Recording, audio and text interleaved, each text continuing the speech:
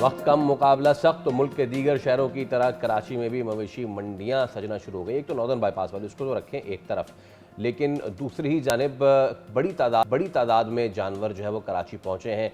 तो एक और इलाका है कालापुल, यहाँ पे हमारे नुमाइंदे कफील अहमद मौजूद हैं। ज़रा यहाँ कफील से जान लेते। कफील, यहाँ सस्ते वस्ते हैं जानवर या फिर यहाँ भी आग लगी हुई है?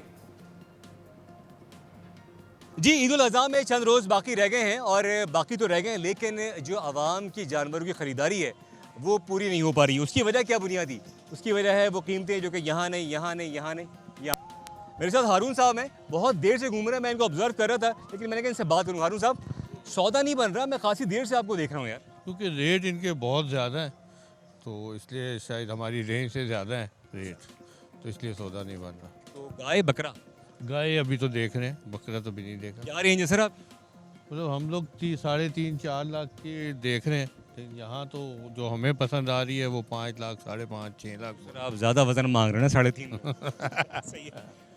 नहीं, पिछले साल जो ली थी उससे ज़्यादा पैसे ही बोल रहे हैं हम। सर इस मरतबा ज़ाहिर है चीज़ें हैं, आपको पता है, पेट्रोल डीजल ट्रांसपोर्टेशन, तो उसको भी काउंट अपना किया जा रहा है, ऐसे ही है। हाँ, तो वो भी है। मेरे ख्याल से 20-30% रेट्स जो हैं इस दफ़ा ज़्यादा है मेरे अच्छा, हिसाब आप में बताइए अगर लेनी गाय। से।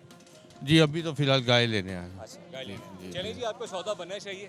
अच्छा जी, 3 में ख़रीदारी नहीं है, कहीं जो है वो प्राइसेस बहुत ज़्यादा हैं, बल्कि ज़्यादा से भी ज़्यादा हैं, जो लोगों की रेंज है उसके अकॉर्डिंगली नहीं है। और यही जोड़ तोड़ चल रहा है, जो कि आखिरी दिन से कुछ घंटों पहले तक भी चलता ही रहेगा। लेकिन चूँकि जिसका सौदा बन रहा है और उसकी खुशकिस्मती है, इसलिए कि महंगाई बहुत ज़्यादा यकीनन। अगर हम बात कर लें, जो हमारी यहाँ व्यापारियों से बात हुई है और जो ख़रीदार यहाँ पर जानवरों के लिए, मेरे ख्याल में लोगों की पहुंच से जानवर अब दूर होते जा रहे हैं जैसे जैसे ईद करीब आती जा रही है। कफील, बहुत शुक्रिया डिटेल्स के लिए। सब्सक्राइब करें और बेल दबाएं ताकि कोई खबर रह न जाए।